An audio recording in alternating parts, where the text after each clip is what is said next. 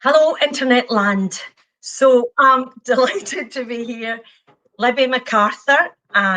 Here I've been working with StreetCones, and they asked me if I would come and meet Karyn Mccluskey and have a chat. And I was saying, at the thought of actually sitting in a pub and Karyn comes in, I'd be like, oh, she's someone I'd really like to talk to.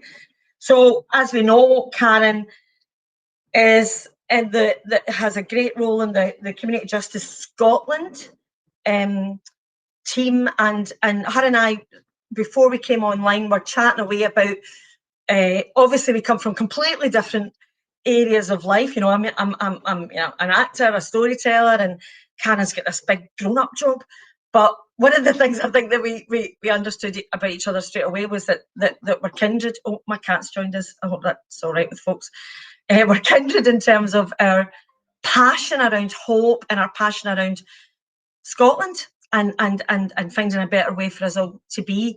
Karen said a nice thing to me. She said that if you sliced me and I was a bit of rock, the thing that would be running through it is the word prevention. And it really thrilled me, because I just thought, me too, Karyn. I just want to always look at, is there a better way to be here? Is there something I could be doing to contribute, to help, to make things better for us poor wee fragile human beings? I might have to get rid of the cat at some point. But anyway, Karyn Mccluskey, you and I are going to have a big chat about it all. It's lovely, internet land. That's slightly terrifying. I always think that the internet is a bit like Twitter, like barking into cyberspace. I don't know. I don't go there, Karyn. There's a bit of me that just kind of goes, I need to watch, because I'm a wee bit as mysterious as a lucky bag. So I really need to watch that I don't just kind of, very, very much. Journalists love me because I overshare. It's a problem I've got. It really is. I think I pride myself in being transparent. I think the best people in the world are. But no, when I watched your TED talk, and I literally was doing that thing like your dad used to do, shout at the screen, going, "Oh, I want to talk about that. Oh God, I've got so much to say about that." And as a drama worker, my community arts background, and I'd love to hear about your background, Karyn. I'd love to hear about how you talk about this prevention being through you like a stick of rock. When did that happen? I know one of the great things about me is that really early on, I knew there was one thing I was good at, and it was only telling stories. This thing, when I was really young in the long grass in the back court in Castlemilk, my nickname might have been Trampus. They might have all sang Last Up the Close Fences, Libby McArthur, and they all ran up the close. But being scabby touch didn't come into it when it came to being able to sit in the long grass and actually say, going to tell us a story, Libby. So I knew that about me really early doors, which was a great thing. But I suppose I'm interested in what happened in your lifetime, Karyn, that made you think, I want to be in this fray, I want to be at the front line of all of this? Do you know, it's a really interesting one, and I've asked it a lot of myself. I trained as a nurse, Libby, so I worked in emergency rooms. Yeah. And see people with often avoidable injuries, etc. And I used. I suppose I was a terrible nurse, but I loved working in A&E. You're not allowed to call it A&E. You have to call it the emergency room now. And then in neurosurgery, where people had head injuries and whatever else. And I suppose it's about the power of the human condition. Yes. Just about people really surviving and thriving after sometimes catastrophic things that have happened to them, whether it's been collisions or sometimes self-directed injuries, and people who'd overdosed, who tried to end their life. So I suppose it's come from there, but my dad was always really involved. You see, my dad taught judo. So he was a teacher, but he used to teach judo, and it's really interesting. I was a nurse for a while with an SPS, and a load of the guys used to always say to me, "Are you Mike McCluskey's daughter?" He taught me judo, and he was like a really good male role model in their life. He was interested in them. And it's always stayed with me. You've proved one of my beliefs in life is that whenever I meet a woman I'm very impressed by, and I think, God, I really need to listen to her more and learn more. The amount of times that I go, I'm just going to check out a relationship with her dad. there it is again. That you see it all the time. You know, where it be, you know, Marianne Williamson or you know, the wee girl, you know, you know, the wee girl that got shot. What's her name? I can't remember her name now. The wee Asian girl, and she came to Britain to speak to the United Nations, and I can't remember her name. Malala. Malala.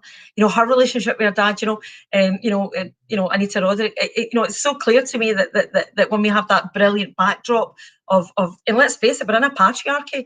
So when the father of our lives says, "Go on yourself, hen," you know, dads have such an important role. In fact, I need to watch I Don't Talk Too Much about that, because I've got a big theory about that. My son's a dad now of soon to be 2 daughters, and I couldn't be more thrilled that he's got girls just because of the man that he is, you know.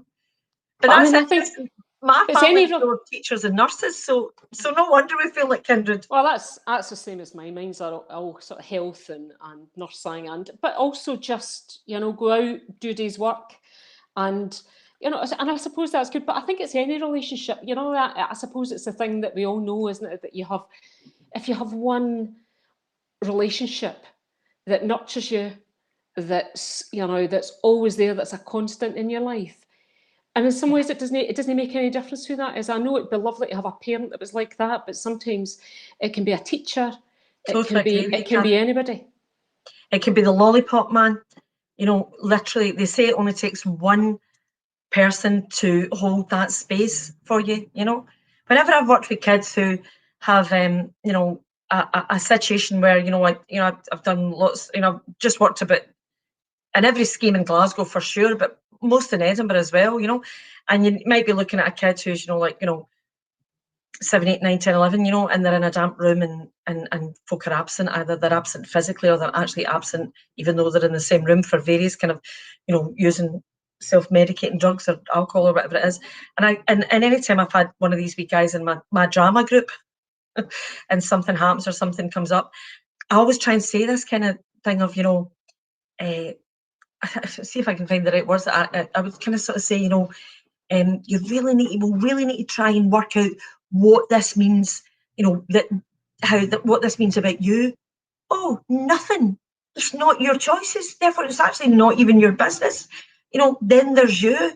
You know, and it's that kind of thing where you're trying to sort of, you know, get the kid to discern enough to understand that you do not need to emulate your parent to show them that you love them. You know, that quite often, you know, it's very hard for us as children to feel that we're not usurping, you know, a situation and being a bit kind of like, oh, that was all right for you. And it's almost like we're so cack-handed at how to show our love for the people that we go codependent, even with our parents. You know, we start kind of going, well, if it's okay for the gods in my life, then it must be okay for me. You know, and it's like, how do you let a kid make fresh choices without it feeling like a judgment? You know, because there you are. There's that word judgment, isn't it? You know, that it's how we're brought up, and you know, and there is something about Scotland, you know, and about the way that we are, you know, around that judgment and about parents, and it's a really complicated narrative. It's very complicated, Karyn. You know, one of the things I was wanting to talk to you about, because it's very exciting to have somebody like you in my earshot. But one of the things I'd like to talk to you about was, as an actor, if I'm teaching acting, I actually have this bit of a joke where I go to the Adam and Eve story.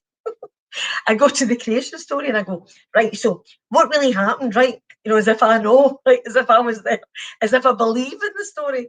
But what I try and talk about is when we bite into the apple of the knowledge of good and evil, i.e. when we make villains and victims of people, then what we're actually doing is we're getting into judgment. We're saying that we're the guys that can spot the good guys for the bad guys. And therein lies the fall from grace, you know, which sounds very religious, but what I mean is it's not very effective being that way when you're kind of going. And I'd love to talk to you about the fact that if I'm teaching a student about how to come up with an authentic character, I always say to them, you know, Augustus Boal, this brilliant teacher of acting, and Freud both said the same thing. they said we want and we don't want, we care and we don't care, we love and we don't love, we want to get married and we don't want to get married, we want to be single, we don't want to be single, we want to eat the pie and we don't want to eat the pie, we want to walk the dog and we don't want to walk the dog. And that's the truth of human nature. We are a duality on two legs. We are a contradiction. We are that guy. And it's like, how do we, you know, my favourite story is the ugly duckling, you know, and I think, right, so in my early life, I thought, oh no, I'm an ugly duckling. Oh no, I've got to come up with a swan. I've got to murder off the ugly duckling. Just, you know, let's lock her in the cupboard or, you know, in the cellar or up in the attic and I'll be a swan. And for a wee while, I swanned it about, you know, when I was young and skinny, I'm a swan, you know. And then I realised that the ugly duckling had all the goodies. She had all the empathy and all the comedy and all the fun, you know. So I suppose what I'm trying to say is a wee fat goose. Now that I've got an ugly duckling in one knee and a swan in the other, they, you know, they're both as bad and as good as each other.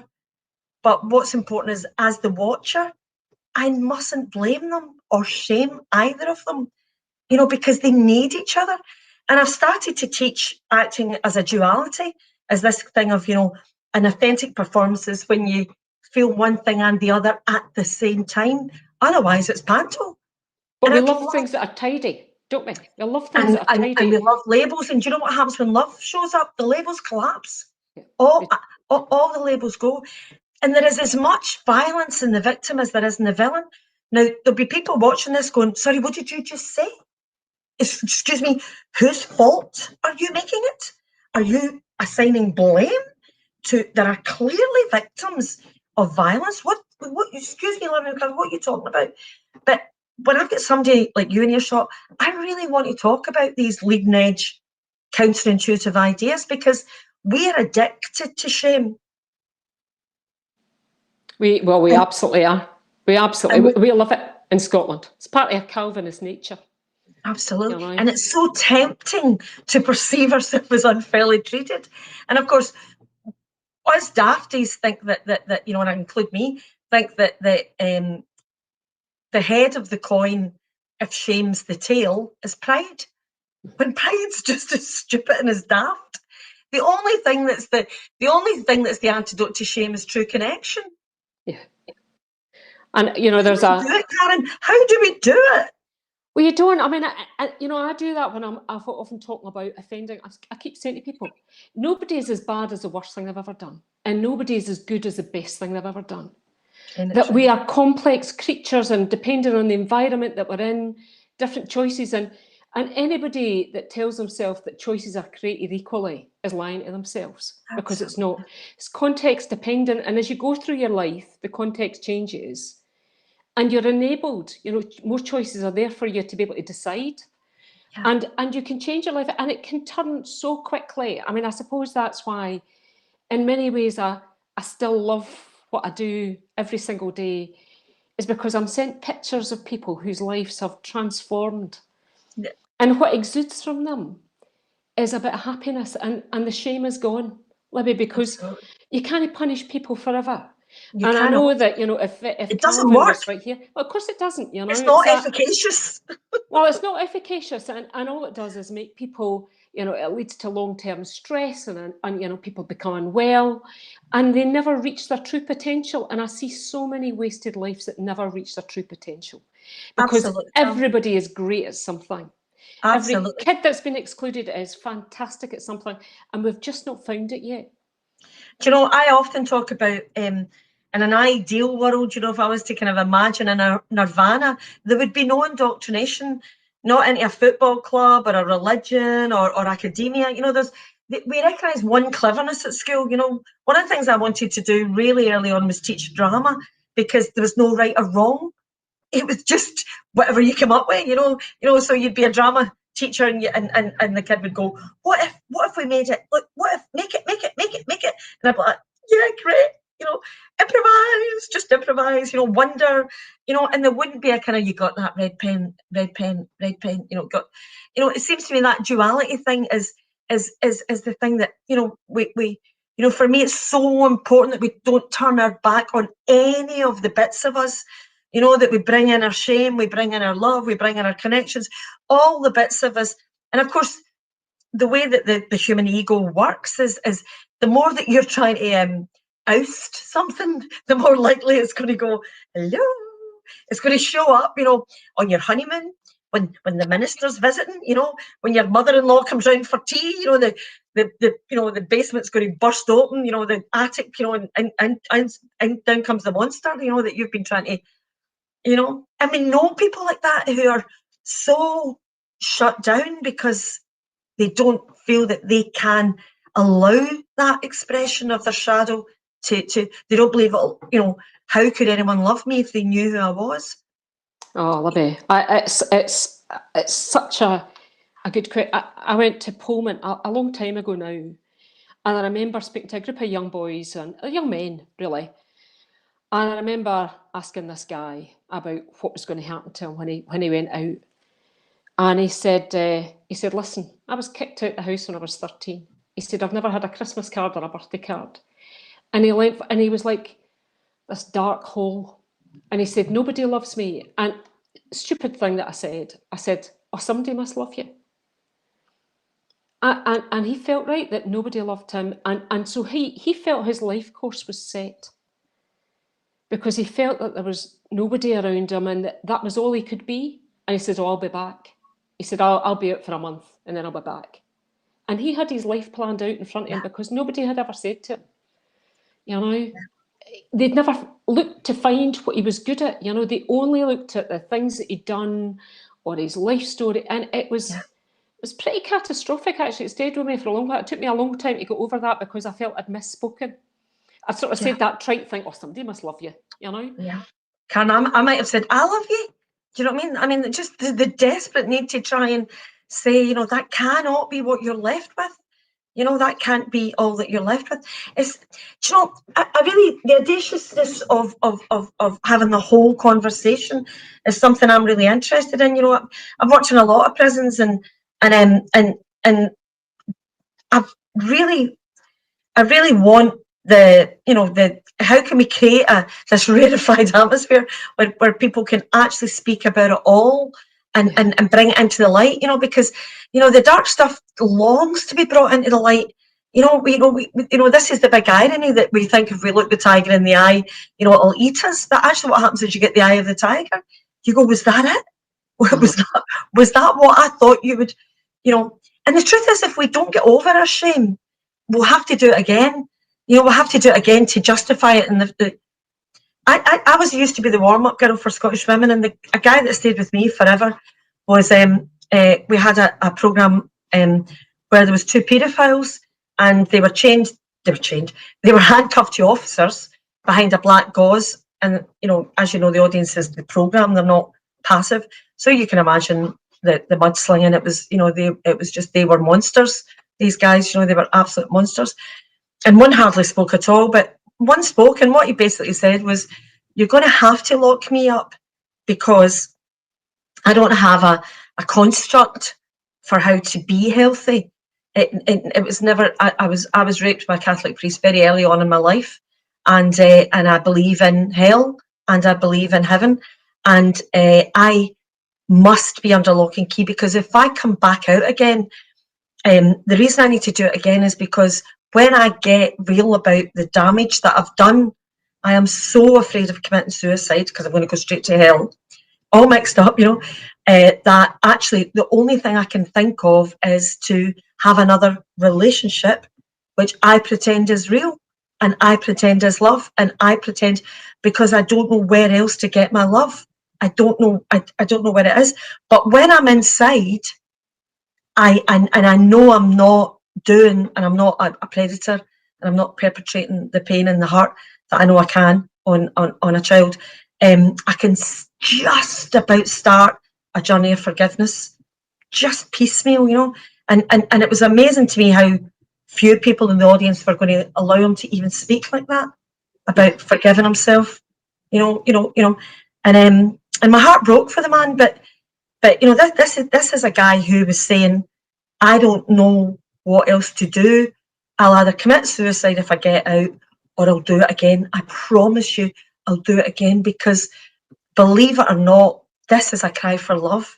You know, and folk in the audience were going, yeah, you love, you don't know the meaning, you know.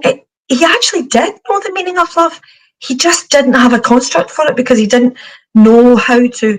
And I mean, I really do hope the guy never gets out. I hope they do. I'm not saying let the guy out. He's a lovely guy. You know, take his advice. Keep him under lock and key. But he was one of the few people in the justice system in that place that is actually finding a way because of because he was able to finish off his thinking the way that he could. Most of the young people I know that have gone through the justice system are worse off by the time they've done their time. I mean, sorry. And even though I say that, I also know wee girls who said to me, you used to be able to get dubbed up if you put a brick through Greg's windows. I could get back into the hair salon at Cottonville. You know, the wee girl who was, the last time she was left to get home, she was given her bus fare and walked to the bus stop. And her only opportunity, her only thought then was to go back to where she had came from, where nobody wanted her except her predatory boyfriend. And as you know, Karen, the quickest way to get a 50 quid for a bag is to get your wee girlfriend on the game, you know. So that was her options, and no wonder she used to throw a brick through Greg's windows. But she said to me, "No, I just need to put a wee knife in my pocket so that I make sure that I get back into the hairdressing salon because I'm a really great hairdresser." And sometimes you need to see people as they are and not as we are. You know that sometimes, you know, understanding how people have got to where they are is a really important thing. But I think you touched on something. I mean, just to touch on your men who were sex offending.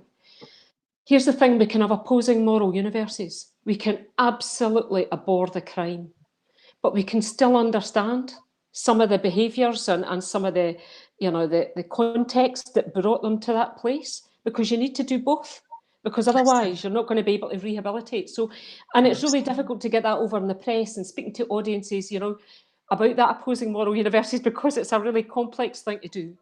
Absolutely. But also you rarely I mean, I've known, you know, I've done, you know, been working in this for a long time, and I've got friends and colleagues who I've known for a long time. And sometimes it's only 12, 14 years later they tell me the deepest thing. And, you know, and I will mention, so Dave Sharp, who I know sort of briefly, he says, you never speak about sexual abuse, Karyn. And I do speak about sexual abuse, but people will tell me about their parents being in prison, about drug addiction, about alcohol, about a whole range of things before they start to talk about sexual abuse. And it's the most tough thing to speak about. But in a way, I see people who have, I want to say, managed to find a way of speaking about it and to release the shame that isn't their shame anyway. Absolutely not, yeah. It's a path for them to get better. And I do love the fact that there's so many people out there who are so switched on to this and who are really skilled at it. The Moira Anderson Foundation, I recommend loads of people to go and speak to the Moira Anderson Foundation, because they're so good at speaking about this. Yeah. They know the right questions. They can judge how willing they are to sort of push themselves forward. And there just needs to be more people like that, because being able to speak to one person about it can be your lifeline. Because that suicide thing you mentioned is, you know, I mean, policing's always known that, you know, that when you arrest someone for often horrendous sexual offences, suicide is a big risk. And I know there'll be people out there saying, well, of course, you know, and this, and that, but that's not a solution. It's not. And, you know, Karen, it's easy to talk about these people as monsters, and that, you know, always makes me laugh when you talk about the press, you know, because it always made me laugh that the Sun was the most popular newspaper because it owned the high moral ground. You know, the front of the Sun would go, and the monsters and the animals live over there, and I can spot them from my high, you know, if only everyone was as enlightened as I am.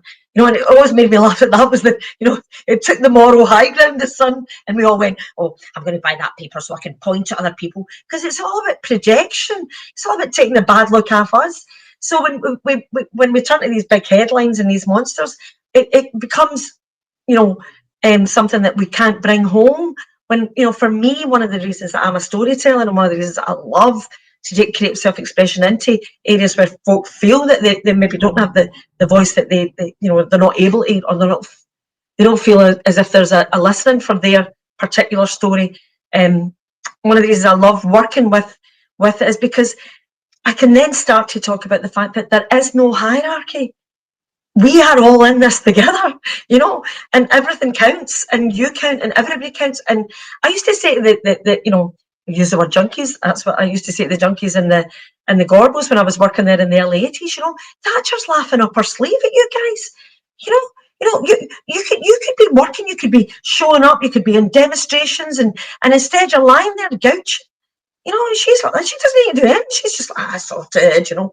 You know, it's hard to talk about accountability with any sense of, you know, get into this out of pure self-interest, get into forgiveness of others out of pure self-interest.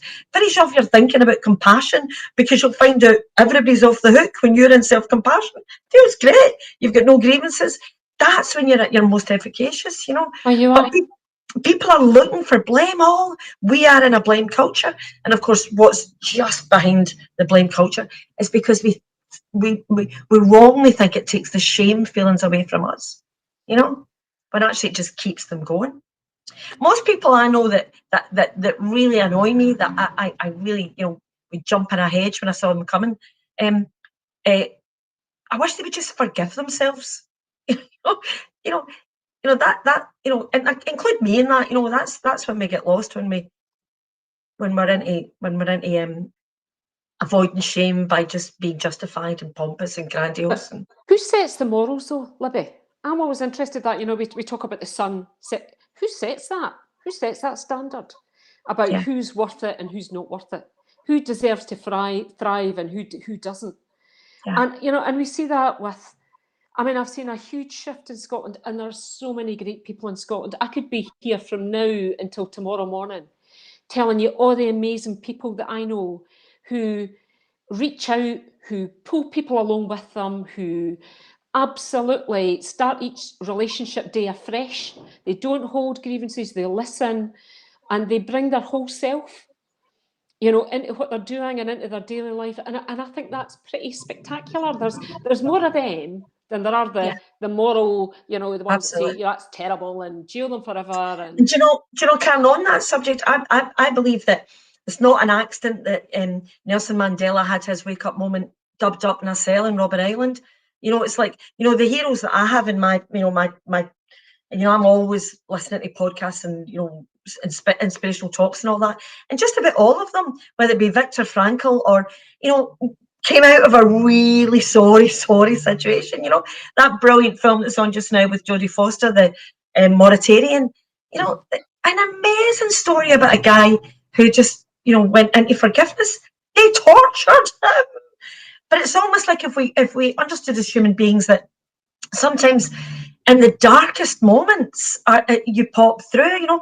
So you and I know that we've worked with people who have, you know, had, you know, so much to forgive about their past, you know, folk who've stole their granny's purse and, you know, found their granny's plank of money under taking it for a, you know, for their heroin, or, you know, loads and loads and loads of shame story in the background.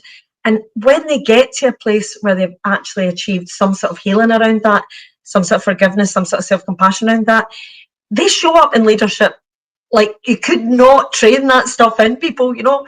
It's incredible. They don't justify, they don't judge, their desire to pay it forward, their gratitude, their, you know, their lack of self-pity, their, you know, these are amazing, these people. So it's like, you know, if you got an application form and the guy was to write down, you know, ex-junkie, ex-alcoholic, you know, kind of, you know, you would think, well, that's actually not true. We're starting to understand now that in the mental health arenas, that folk who actually understand what it's like to have bipolar or to be manic are now being drawn to working in the field, and that makes total sense to me.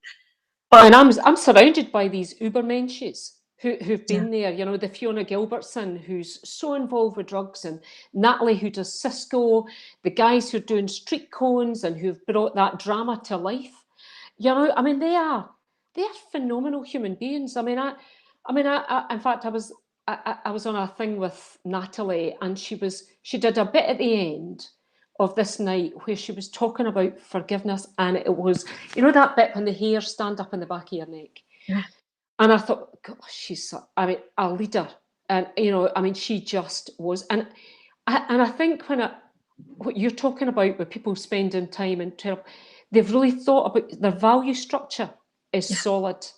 Yeah. So regardless of what situation put in, their values would be absolutely integral to themselves. They wouldn't change for anybody. And I think that's what I see. Yeah. So that word integral is obviously the same as integrity. And and it is that stuff that we can maybe start sort of saying. I mean, I would say to the wee guy, listen, I'm not going to if the security guards over there, I'll stand in front of you if you're going to knock something at the pick and mix in Millworth. I remember saying to a wee guy, but see if you are, can we talk about it outside, and just say to him, you do not want to live a life where you have to knock sweeties, because the information you're giving yourself is that you only get sweeties if you knock them. That's too expensive for you to have that headspace. You kind of. But when you said that the hair stood in your neck, it reminded me of something that happened to me, which I think is something that I learned about in terms of embracing change and understanding where the gold in their house lies. And of course, for me, as my spiritual journey is a really important part of my life. So I'm not religious, but I'm always looking to kind of think, how can I connect this up with, a better, healthier, holier way to be. And I was working with a bunch of kids once, and they were the kind of kids that they get taxis to school. They were always a special kind of school refusers type unit, and probably there was a kind of sense that some people would predict, maybe a Sun journalist would predict, these kids were going to end up in a sorry state sooner rather than later because of all the acting out they did. There was tons of acting out in it, and I was there as the drama worker, and my bottle completely crashed. Come the lunch break, I just thought, you the kid, look, if I was Superman, I'd save the universe, but I just want to go back home and watch a rerun of Columbo. It's just too hard. These kids need straitjackets or drugs or hospitalised in a locked ward. But why the fuck am I here? I'm too wee for this, And I completely went to the male nurse and I just said, listen, I need to get the train back to Glasgow. I'm not qualified for this. I'm just a daft wee lassie that doesn't know what to do, And he took me upstairs, made a coffee, and he talked about one of the kids in particular who was really wired to a whole other moon all morning. And he told me about his case study notes, and it was the kind of stuff you wouldn't wish on your worst enemy. He'd been raped by his uncle, and his dad had killed his uncle, and his mother, who was having an affair with both men, blamed him. So he was completely bereft of any grown-ups, completely. Anyway, afterwards, the guy went away, the male nurse went away, and I felt worse, Karyn. I was like, right, okay, there's a fire escape. I'm going down that fire escape. Even though my jacket and my bag's downstairs, I'll just get to on the train to Glasgow and go, sorry, you're going to have to take my name and address because I had to run. And I thought, why did he tell me that? I now feel even less qualified to meet those kids for the afternoon. Anyway, I was in absolute whelmed, overly despair. I just felt utterly bereft and despondent. So I decided to say a wee prayer, which is something I wouldn't normally do. Anyway, in my mind's eye, I got the justice scales, she says to the justice woman. And what was interesting was that she was a woman holding the justice scale. She was actually a person as opposed to just a statue.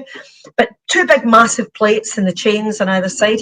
And in my mind's eye, the case study notes were in one plate, and in the other was this particular wee boy and his acting out, which you can imagine. And so he was in the other. And what happened was there was a kind of, an old-fashioned scale that they used to weigh the babies on in the middle of where, just at our feet. And it literally went to midnight, to 12 o'clock, like perfection. And I realised that I'd spent all morning making these kids wrong and thinking that they ought not to behave the way they were behaving. And here, this balance was perfection. Had I been given that cloth, I would have cut those clothes. Had I been given that pattern, this is the thing. Nobody would have done anything differently. You, me, anybody, given those set of circumstances, would come up with those behaviours. It was perfection. They weren't wrong. They were brilliant. They were brilliant. And the thing kind of went, like it told me not I did not a smidgen one way or the other. Perfection. These kids weren't wrong. They were brilliant. But they were reacting. Yeah. And it dawned on me that I was a creator, trying to teach them to create. Same letters, different word. React, create. And so then I looked at the exercise I was doing, and what they were doing was a kind of democratic forum, standing up in a chair when it was their turn, cut a fairy tale in half, and fighting about how we should end the fairy tale. Should the king come back from his horse? Should the queen? It was a brilliant idea that I had for them that afternoon, and when I went back into the room with this new thought that these guys weren't wrong, they didn't need fixed. I just had to be with them without all my judgment, take back all the projection. Nobody acted out. It was like a miracle, Karyn. Nobody acted out because I wasn't holding that dynamic for them.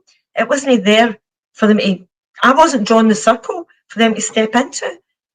And we had the most extraordinary afternoon. So, but that's what you we're all responsible. Yeah, we are all responsible. But, in a way that goes back to the comment I made earlier was,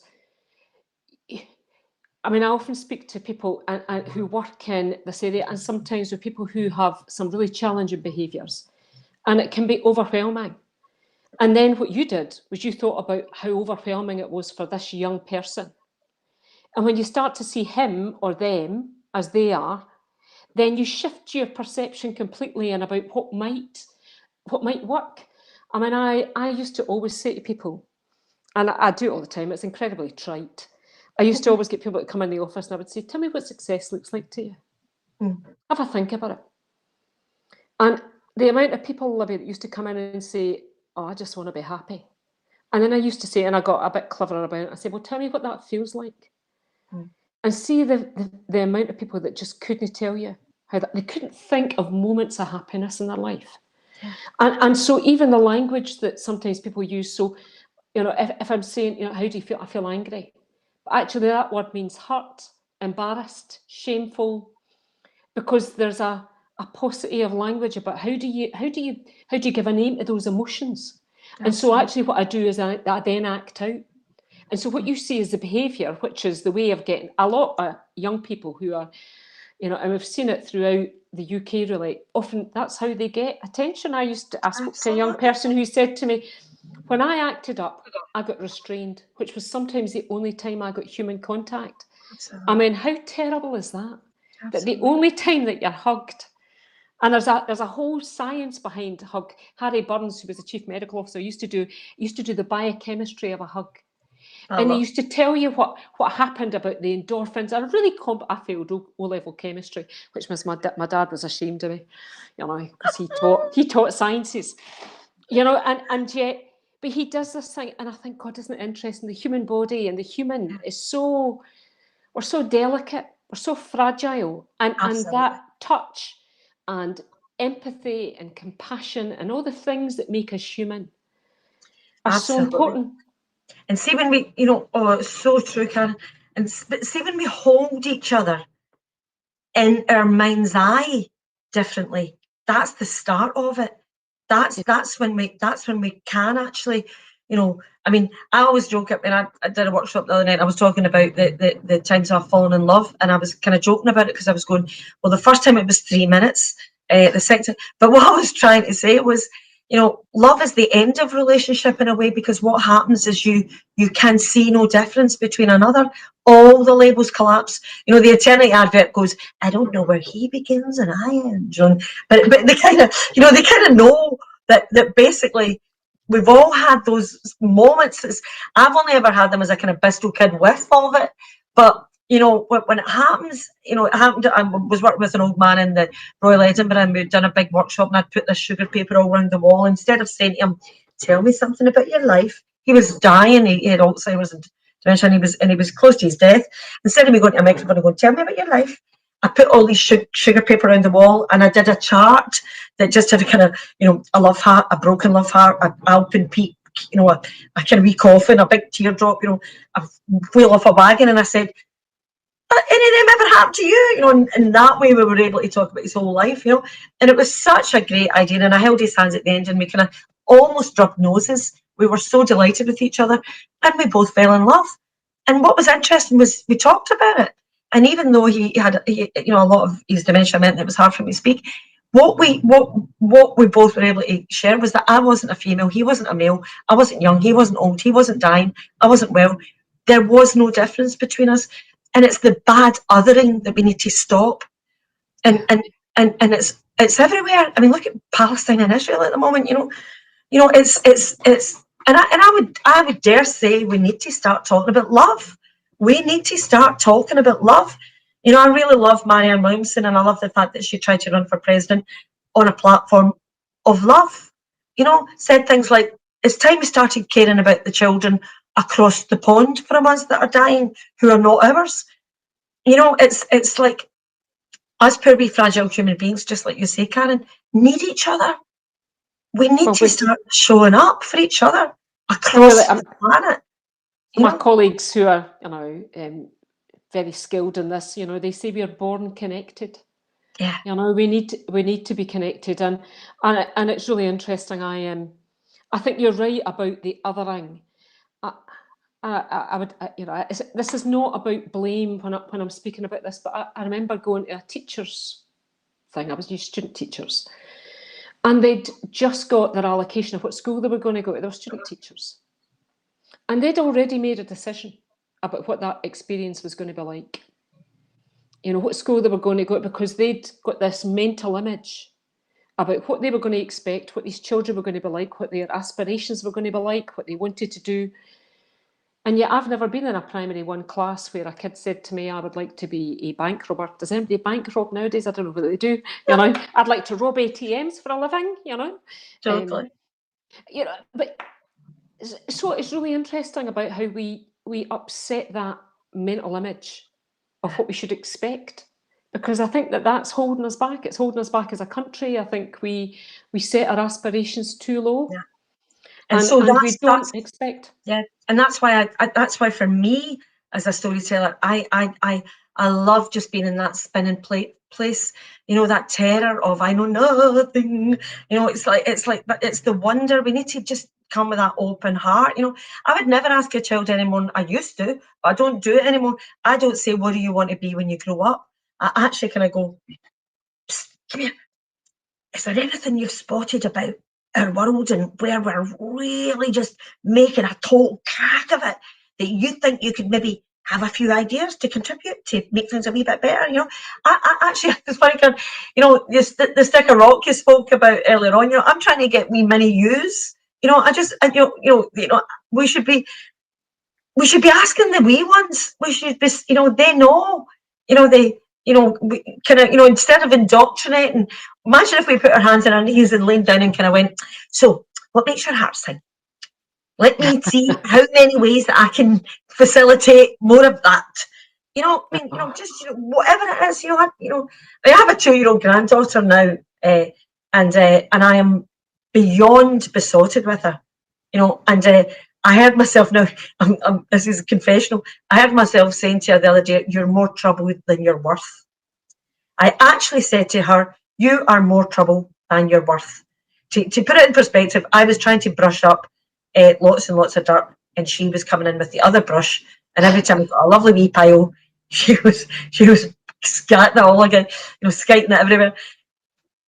You're more trouble than you're worth came out my mouth. Now, obviously, I was told that a million times, you know, that, and you'd make a saint weep, and all the rest of it, you know. But, oh my God, you know, your value does not match up to how much of a pain in the ass you are. Now, if I'm saying that to my adored, beloved, what is society saying to the guy who's got, you know, he's a criminal? You know, what's the Sun newspaper saying in its headline to the guys that take the bad look off us? Or to our kids, Libby. I mean, I'm fortunate enough to know some amazing teachers. So I suppose I'd give a shout out to Nancy Clooney, who's the head teacher at Dalmarnock, and she I sort of love going into primary schools. It sort of gives me a bit of joy, and particularly when I see all the P1s coming in. Me too. And they've really embraced the kids in a very different way. And that sort of thing, you know, letting their imagination run away with them. You know, that sort of exposing them to a whole range of things just to see where they go. Absolutely. And really focusing on assets. You know, that sort of saying, you're amazing at that. Instead of like, you know, and I remember it, you know, you're terrible at maths. You know, you're terrible at this or you're terrible at that. What they're saying is you are, you know, really embracing them and sort of saying, you're phenomenal at this. You know, that, and building that asset base, sort of building upon, I don't know, just positive reinforcement. And it sort of makes me love the sort of Finns, because when the Finnish people decided, well, they felt they were falling off the cliff about the 1970s. And this is a very potted history, but they decided that no kid would go to school until the age of 8. And that they would have this pedagogy. So a mixture of sort of nursing and social work and youth worker and whatever else. And they supported every child in the family until the age of 8. They do a lot of outdoor play and risk taking and whatever else. And when people go to school, there's no educational outcomes like we have. There's no, you must do this and you must do that.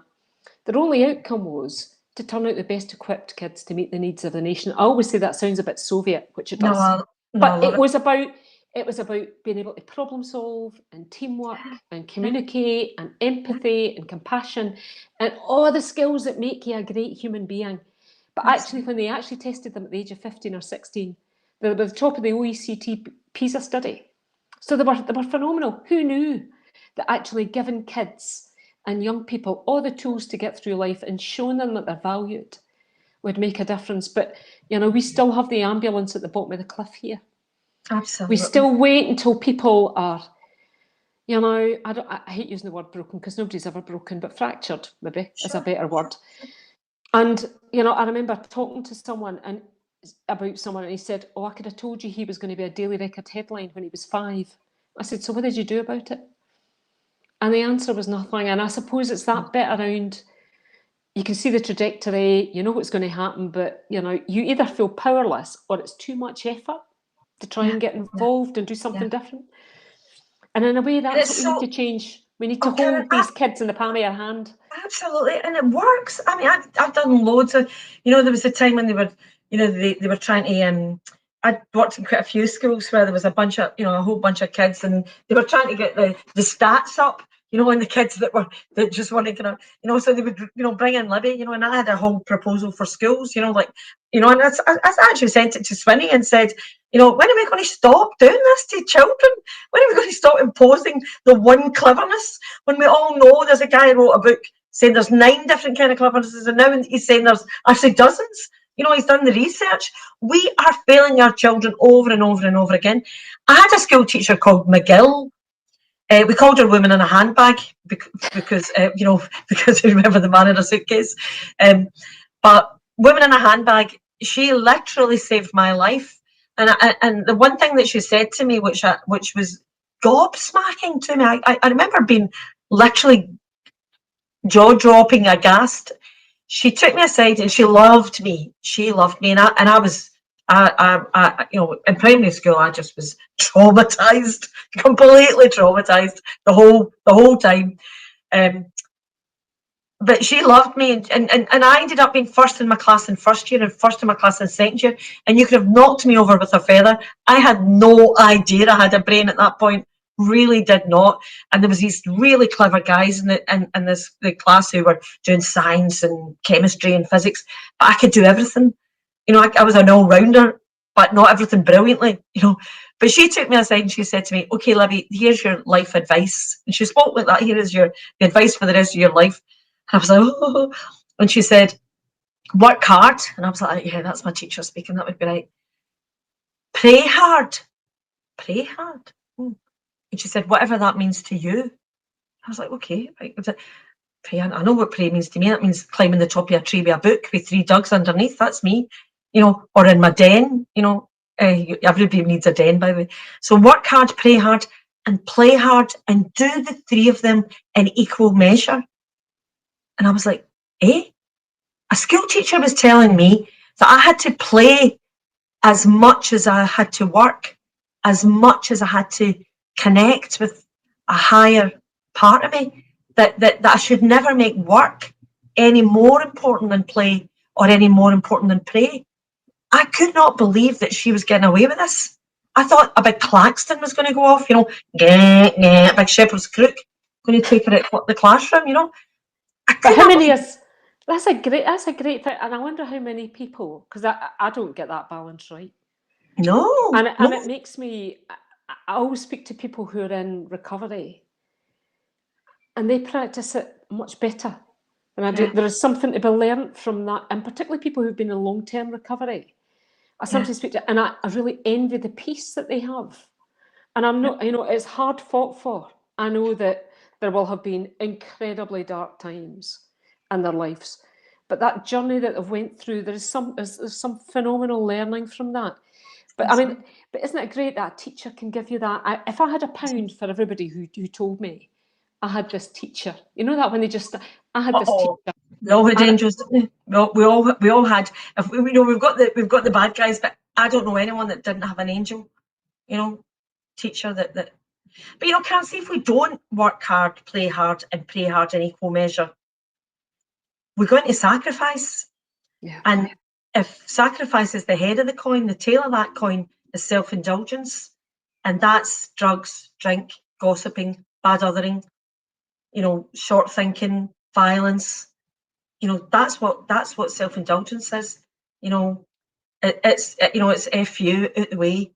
You know, that's what we've got to actually understand here, that it's shame's addictive, and until we start forgiving ourselves and others and stop this bad othering and stop getting into this sacrifice and stop getting into, you know, play and creativity and self-expression and embracing ourselves in all our shadow and all our, you know, I mean, I always think celebrity is a very interesting thing. You know, I've had a wee kind of bistro kid whiff of it in my life, and it's bullshit.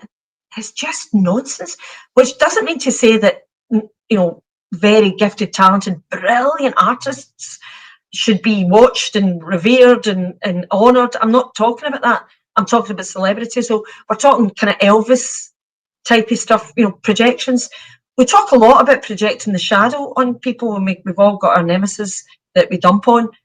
But celebrity is just another projection. It's when we project the divine spark, you know. It's when we kind of go, that's why fame's fatal, because people are so lonely when that's projected on them, you know. It's all right for you, it's a shame for me, but you're fine, ain't you? You know, you're all right, ain't you? You know. And you know, and that's a terribly lonely place to be, not to be seen and heard, to be going, actually, I don't feel any better, even though you think I'm off the telly. You know, even though you're going, oh my God. And the way people sometimes speak, if they think you're outy, something, they go, oh, you seen that telly? You're a pure dog, by the way, would you? You know, so you're like, it's been like that. You know? Yeah, thanks for that drive-by feedback. Yeah. But yeah, it's all about bringing it home, isn't it? And accountability for me, with a sense of humour. I just want to do stand-up around shadow and shame. I want to do a big stand-up routine about, you know. Do you know I was sentenced to 6 weeks in Court Vale? Did you know that? I didn't. I did a play called In for a Penny.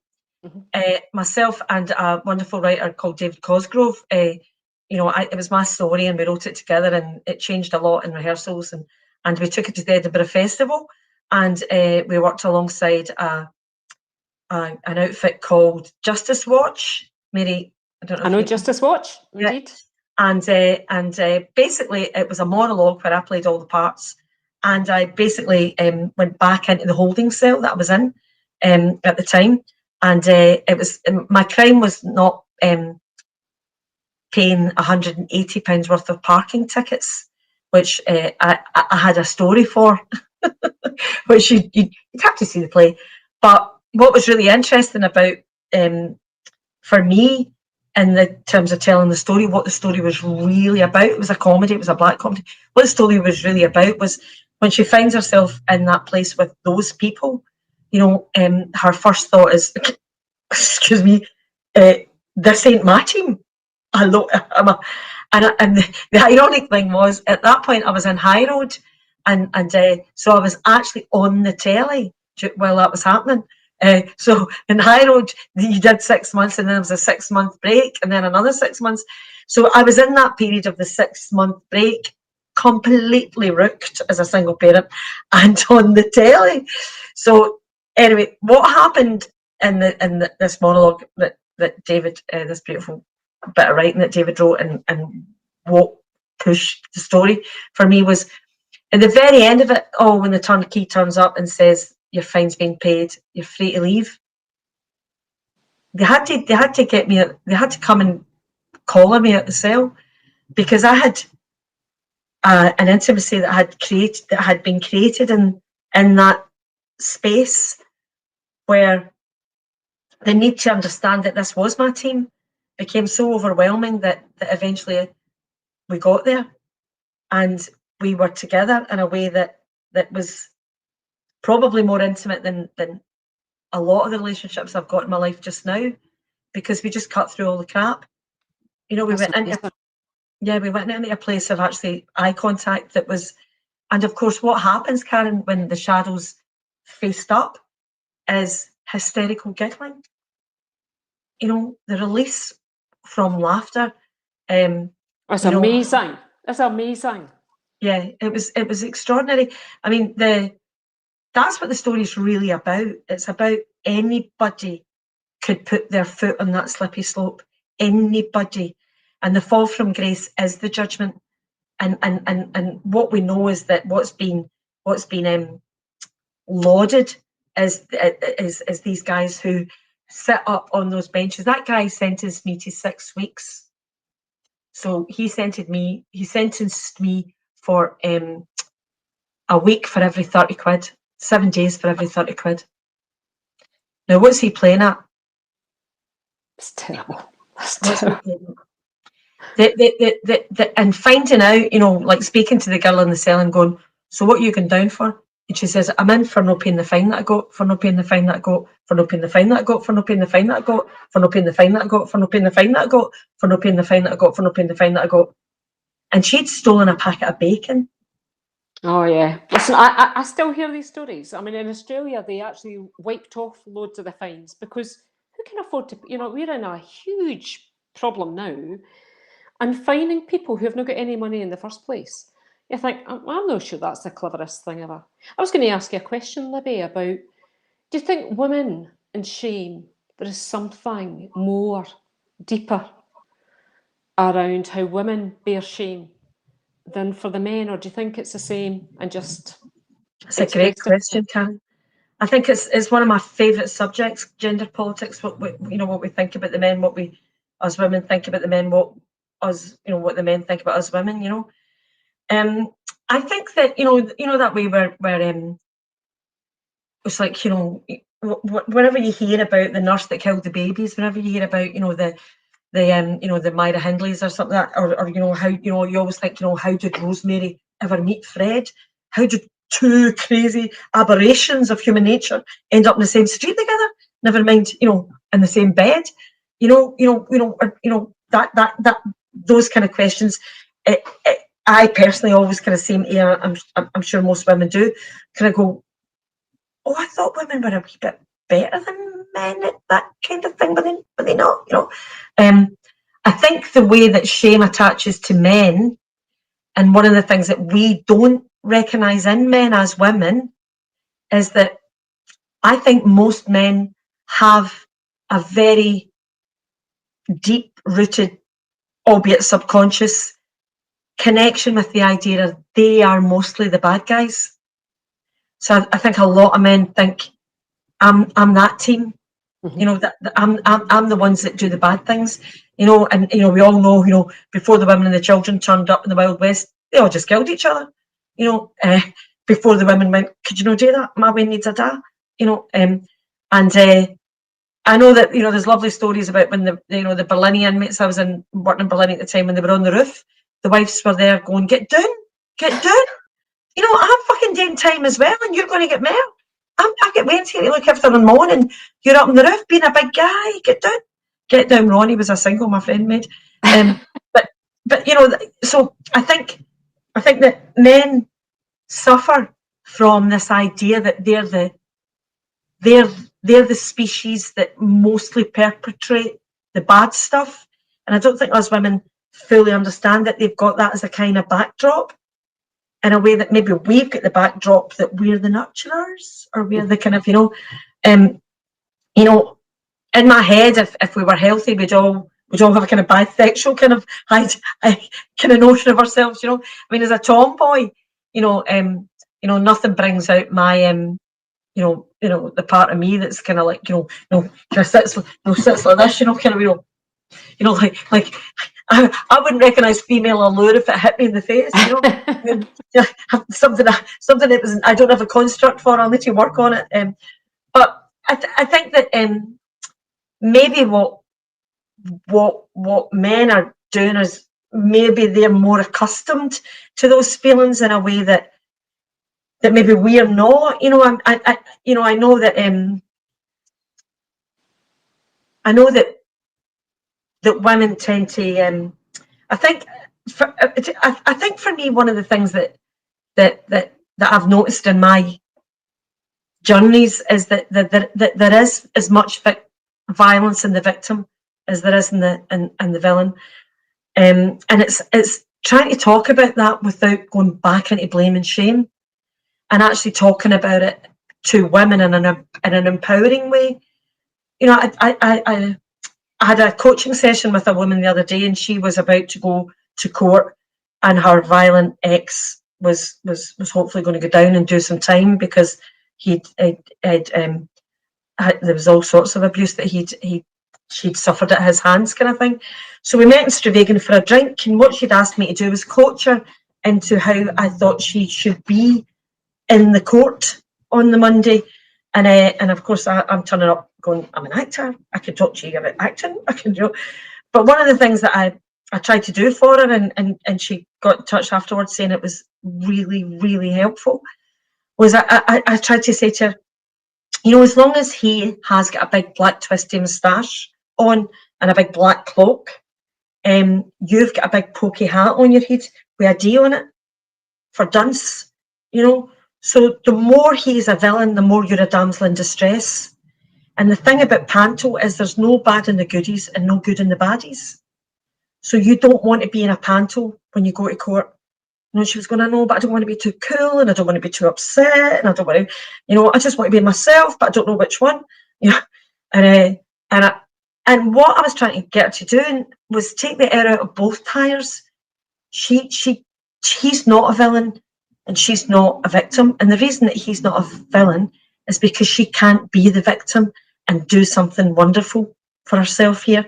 She can't bring these big archetypes in unless she actually starts to own the shadow of both, and in reducing her belief in him as a monster, as opposed to a guy who really needs help, a guy who really needs to change, a guy who's probably mentally ill, a guy who probably needs to find the right support systems that are going to help him be a better person, and actually the belief that she could have compassion for her felt like a self-betrayal. It felt like she had this wee placard she had to keep up going, bastard, bastard. But actually, when she started to lower the placard, she actually started to feel empowered. She didn't feel that it was self-betrayal. She actually felt calmer and more at peace and more able to unvelcro these two, because they belong together, the villain and the victim. And without one, you don't get the other, And I don't know if that makes sense, you can, but I think on a larger scale, that's what we're all doing. But we all need to take the air out the tire here and understand there's only really one of us here. And if somebody's acting out in the worst possible way that they can show up on the planet, the last thing they need is you condemning them. They might need put under lock and key. They might need us to follow through the system that I've done jury duty 3 times. I was invited to do it 4 times, but I was Gina in River City at the time, and all I had to say was, I'm on the deli, and they were like, we don't want you. But in that jury room, there was times when I was with people who were going, slapped her? I'd have fucking slapped her. Fucking wee stuck up, wee fucking, I no wonder he will stupid. you know, and I'd be sitting there going, is this the best we could do? Is this, you know, and the truth is, yeah, it is the best we can do. You know, a jury is the, you know, you can't, we can't go about going, you know, cherry picking folk who have finished off thinking. All we can do is keep sharing as much as we can about our own journey and shame and blame and judgment, and how none of it has actually helped a jot. No, absolutely. I mean, it's a really interesting. I mean, I meet lots of women who have come from terrible, you know, situations, and I do think going to court must be the worst experience, you know, and we don't make it any easier. And of course, TV doesn't do us any favors, does it? You know, because it, you know, it does. It pictures. No. It sort of portrays, you know, somebody in the dock, and then there's jury, and then there's the Yeah. people in the well of the court, and Yeah. it's a really complicated. All stories, thing. Karyn, at the moment are, you know, I have a great interesting story, of course, as you know, and I quite often think about the stories that we are getting at the moment, because it all happens. I believe in Jung's common consciousness, you know, that when, you know, you call your Wayne Holly and you go, oh, there's nobody called Holly, and your Wayne goes to nursery and there's 10 Hollies. You know, like, who knew Holly was a name? You know, but I look at stories all the time, and it seems to me, instead of folk getting the face they deserve, I think people quite often get the stories they deserve. And what I mean by that is we get the stories we allow. So at the moment, there's a story out there, and you see it on Netflix or Disney or whatever one you're watching, you know, you'll get the previews. And the theme is destroy or be destroyed. That's the theme. And that's the story that's out there just now. So I sat and I thought, right, what's the opposite of that story? And it dawned on me, God, it's my favourite theme of all. It's actually my favourite theme of all. And it's the theme of who's rescuing who. You know, whether it be Pretty Woman, or there's a brilliant old film, Brazil, it's an Italian film called Brazil Central Station. And, you know, she rescues the wee boy, but she really doesn't want to. She's an overstretch. And of course, it's the wee boy that rescues her. And that theme of who's rescuing who is so integral to the idea that giving is receiving, because there is only one of us here. And while we keep doing that sun thing and pointing to the bad guys and going, you know, you know, we will keep the shame, because we know that we're doing it to ourselves. You know, your granny used to say there's one finger pointing that way and three fingers pointing back. You know, we know we're doing it to ourselves. It's out of pure self-interest.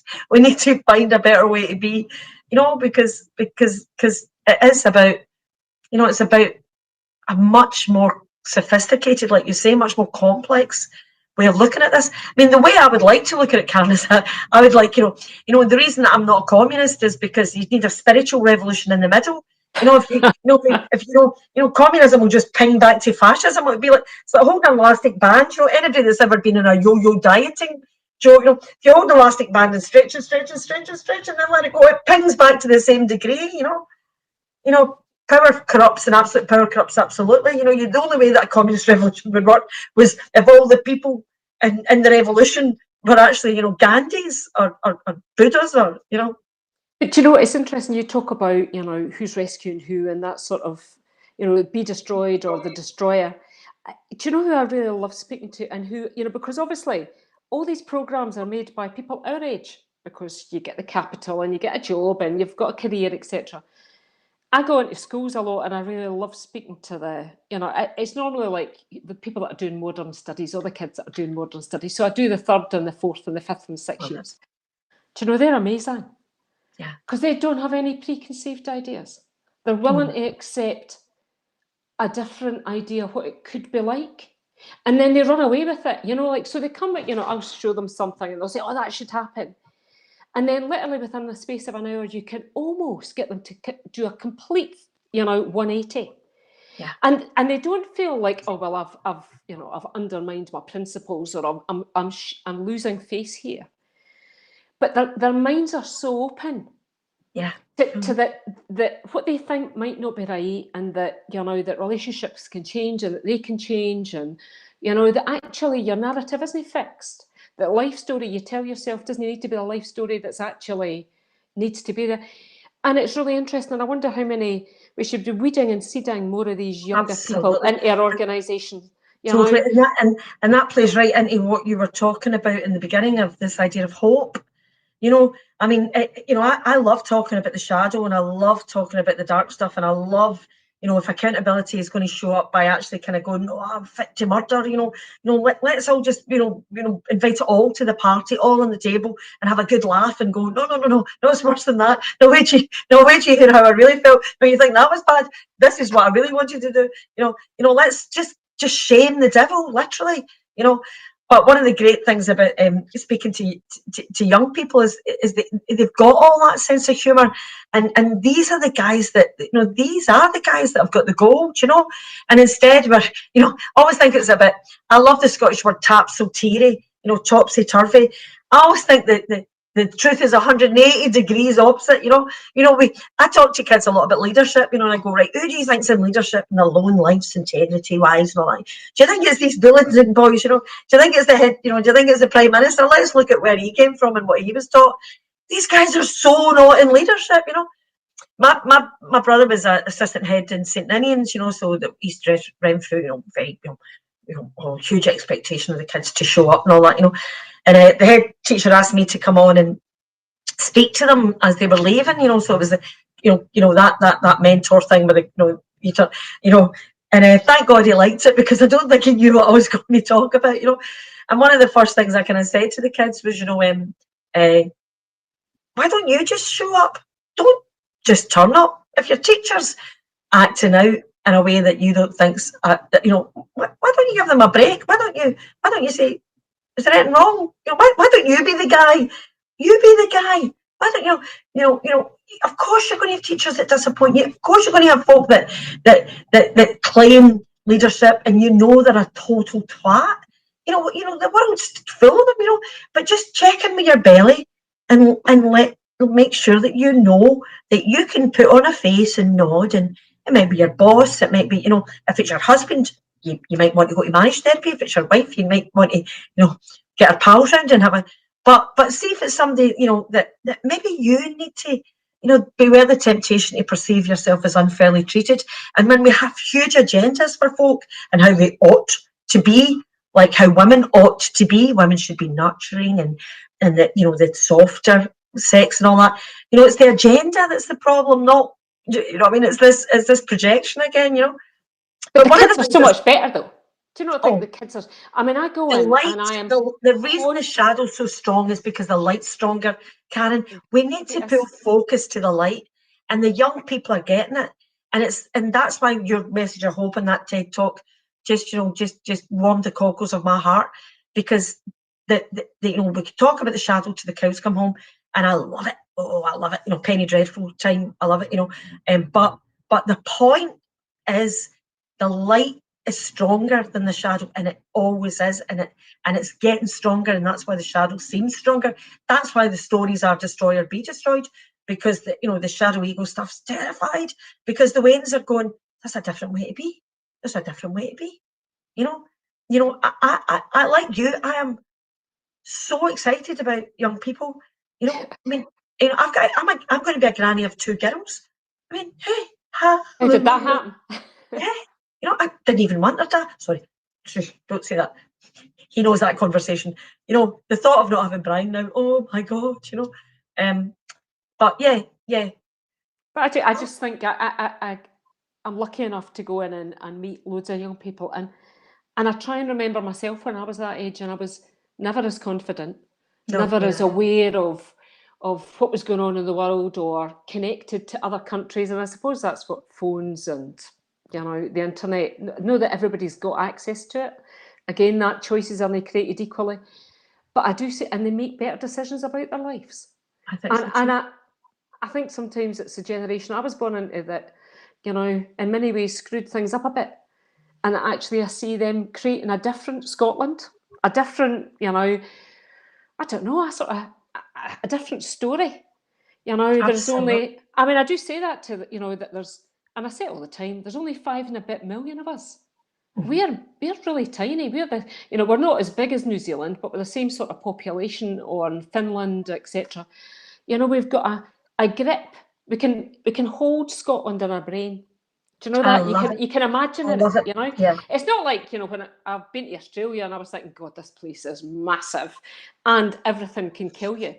But Scotland's different, isn't it? You can imagine it. And, you know, I mean, We I'm are from so blessed, Karyn, to and we're be. so connected. We're so connected. I mean, I can go to any place in Scotland and I'll probably have met somebody that's doing some amazing stuff, you know, and you can call them up and say what's happening up there. And there's something that's quite lovely about it. And I know people say, oh, it's too small. It's like a small village. But that's a strength as well. Total strength. I completely, you know, I'm quite pally with Leslie Riddick, and I just love when Leslie starts talking about how doable it all is for us. I totally agree with Cam. In fact, I wanted to talk to you about this on the back of the TED Talk about the violence in Glasgow and our, you know, our badge of honour, you know, the most violent place in the world, and what that's actually about. And I have a theory myself, but the thing that I'm very aware of at the moment, and I'm quite a strong advocate for Scottish independence. I've, you know, during 2014, I actually travelled quite extensively talking and was on platforms about it. And it was about that thing of, you know, ultimate accountability for each other is something I think that we can achieve here, and in that way be a beacon for change for the rest of the nation, you know, of the UK, because, you know, I do have more in common with my brothers and sisters in Liverpool and Newcastle and Manchester than I have with the wee wifey in the 18-bedroom house up in Skye, you know, who's inherited our wealth. You know, how could, you know, what you know, she's a tartan Tory is what they would call her, I suppose. But one of the things I feel very strongly is that we've bought into our mealy-mouthed lack of confidence as Scots in a way that is so not true about us. You know, so this week I've had a couple of things where I've been on kind of Zoom things, and the other night I did one and I was giving the talk, but most of the folk in the wee squares were in London, and the guy that was facilitating introduced me, and he immediately went into kind of oh, do you think we'll need subtitles? You know. And then he said, you know, Libby, who is a professional Glaswegian, you know, and at the end of it all, when I came on, I said, "Hi guys, I've known you in a lot of times. Hey, what are you talking about? If I was from Gambia and you said, do we need subtitles? You know, there'd be a gasp. You know, what are you talking about? You know, this is really interesting to me that you think this is okay, that you think it's okay to talk like that, because, you know, and I just had to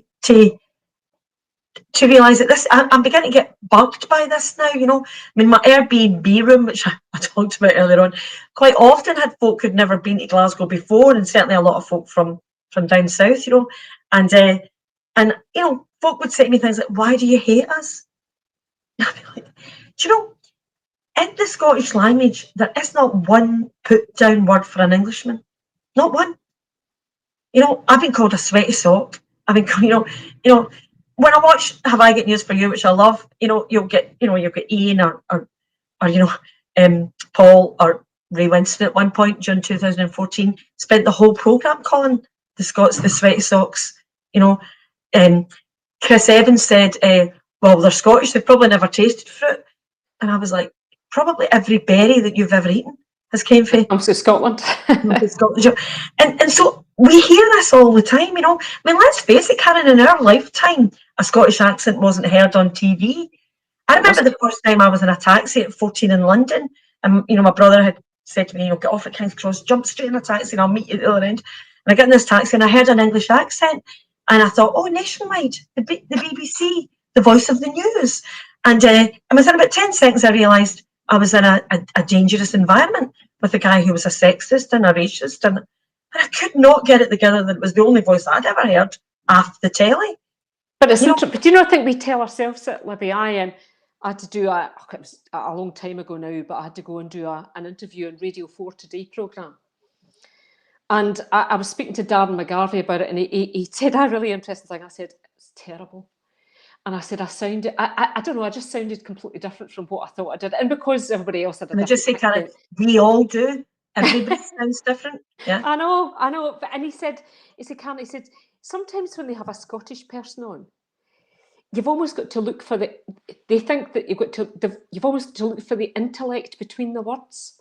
You know, that they're, I don't know, it was a really odd thing, and I've done it myself. I get this, oh grief, I don't want to do that. I'm not, you know, I don't sound like them. And so I've got this internal narrative that tells me I don't sound as intellectual or academic or as sensible because I don't have that accent. So there is something, and I think they're losing it. I mean, you know, I used to laugh, you know, I said, why is it every Scottish person that's on the television is violent? Oh, why is that? You know, I mean, you know, even on the Archers, well, not that he's violent, but do you know what I mean? Like, but it's that. no, it's like, it's totally true. It's like, But it's you know, true. it's like Phil and Grant from EastEnders are just a wee bit naughty. If you want a real psycho, you bring in Jared Kelly as the, or Terry, the guy that was murdering Mo, you know, both Glaswegians, you know. But it is interesting, and it perpetuates that thing. So, I mean, I used to say to people, so we have this thing about the Glasgow hard man. I said, so what's a person that comes from Liverpool? What's the narrative around that, you know? And we did celebrate it in a really twisted way, and I suppose that came from things like No Means City and a whole range of stuff around it. In I think that's 1930s gone. laser gangs. But you know, Karen, that goes right back to the Highland clearances when there was no work and everybody chained into Glasgow and there was rats everywhere in the slums in 1930. I mean, my granddad was the bouncer at the Pally when Jimmy Boyle's dad was running about with the razor gangs, you know. You know, we cannot be, you know, when people come to my Airbnb room, I say, do you know Glasgow? And they go, no. And I go, okay. In Glasgow, if you've got a string bag of oranges and the string bursts, you won't be the only person chasing oranges down the street. In Glasgow, there's an expectation that you show up for others. You talk at bus stops, you help the woman on the bus with the pram. There's an expectation that you move. I remember being in a restaurant once with this American woman and we were sitting chatting and a guy came over and he went, listen, we didn't book, I'm so sorry, but you guys are at the table for 4 and there's 4 of us and that table over there is just 2. Do you think you would mind if you went to the table for 2 and we took the table for 4? I was like, oh no, that makes total sense. Of course, darling, no problem. Oh no, here's your hat. What's your hurry? And I got settled down and we got glass. When I looked up at my American friend, and she was raging, and I said, "What's wrong with you?" She says, "I've never felt so ashamed in my life." And she said, "The audacity of them asking us to move. How dare they think that they can ask us to move?" Because they didn't book somewhere. That was their lookout. That was their loss. And then you making me pick up and I'm affronted. And, you know, and now I'm you know, the night's over for me, you know. And I just thought, well, you can get to. Who wants to have a drink with you, you know? And I was just able to say, I'm so glad I'm a Scot. Thank God that that's natural for me. You know, that this is a natural way to be for us Scots, that we go, no, don't mind, no, listen, I'll get it, don't be daft. No, listen, you're fine, don't worry. You know, all the things that we say, you know. But you know, I wanted to just say quickly, we, John Carnican and I were asked to go out and we went out to a place where it was really quite renowned for gangs and whatever else, and the BBC were filming us and the BBC cameraman was on the ground and, you know, we were meant to be walking, you know, doing that sort of plod walk. And this woman came out and she must have been, I don't know, 50s or 60s. And she's still in and she's got her jammies on and her big jacket and a wee arse biting dog. And she said, what are you two doing here? And we started to talk about what we were doing. She says, you shouldn't be speaking about this. She said, this is a great place to live. She says, we've got all these great houses. The police station's only open for, you know, part-time. I mean, part-time, she says. She says, and we've got like that library and this, that, and the next thing. And you know, so I actually said to the BBC, you should use that. Totally. She's given us a drive-by feedback that we should have had, you know, thing like I get to do that narrative. I set this narrative, no you, and we don't talk about that anymore because that's past and that's way. And where are the stories? It's brilliant. And where are the stories about the, you know, the gracious working class lives? You know, we know it's a lie.